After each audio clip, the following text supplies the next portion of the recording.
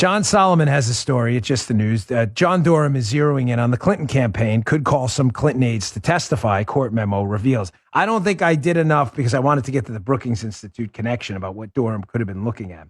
But I didn't explain enough why the court filing yesterday is such a big deal. So John Durham, of course, is the special prosecutor looking into the Hillary Clinton team's role in the collusion hoax. He's looking into the collusion hoax in general. So he identified in a court filing the other day 5 areas where the prosecutor's case may pose a conflict. The long and short of it is this. Forgive me for explaining this again, but I didn't think I did such a good job yesterday in a moment of self-criticism that matters. Okay? Because you got to correct yourself. The lawyer for Christopher Steele's primary subsource, this guy Igor Danchenko, works for a law firm. That law firm is also representing people on the Clinton campaign. Ladies and gentlemen, I don't think that's by accident. I don't think that's by accident. I think there's a reason that happened. Okay? It's not a coincidence that the Clinton team is using the same law firm as this guy. I don't think the Clinton team obviously wants this guy to talk, this guy Danchenko. Okay? Because they don't want to tie it to Hillary Clinton in the end. So the Durham team in court did a court filing and said, no, there's going to be a conflict of interest here. And here's what they said. Quote, the Clinton campaign's knowledge or lack of knowledge concerning the veracity of information in the dossier created by Steele with help from Danchenko. In other words, that's a conflict.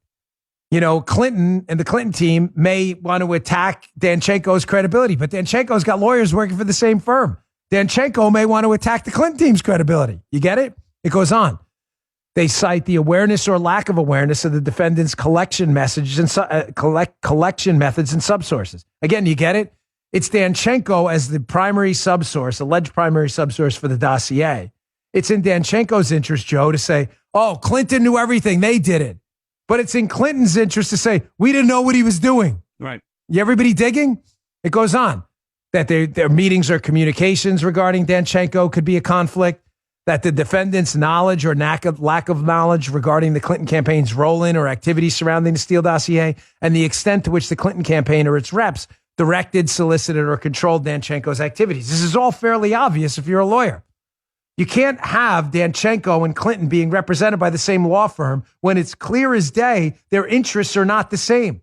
Danchenko is going to say, yes, I provided this information for the dossier and the Clinton team told me to do it. And the Clinton team's going to say, we don't know what the hell that guy was doing. We had nothing to do with it. They're going to Sergeant Schultz it. Is that why they had the same law firm? Does Clinton know that? Of course she does. Nothing's an accident. Of course she knows it. I don't know. Speculating, of course, but nothing the Clintons do is ever by accident. That, I promise you. Having spent some time around Hillary Clinton in her inner sanctum, nothing they do is by accident. I'm telling you. A quick personal story, because it is before Christmas. Consider this a Christmas gift. I don't do this often, but so Hillary was famous for like getting back in the car and saying something totally contradictory to what she had just said at a speech at like fundraisers. I'm telling you, like she'd go out there and be like, oh my gosh. We love all the immigrant community that's coming in. And she'd get back in the car and say the exact opposite. Like the woman is as phony as a $3 bill.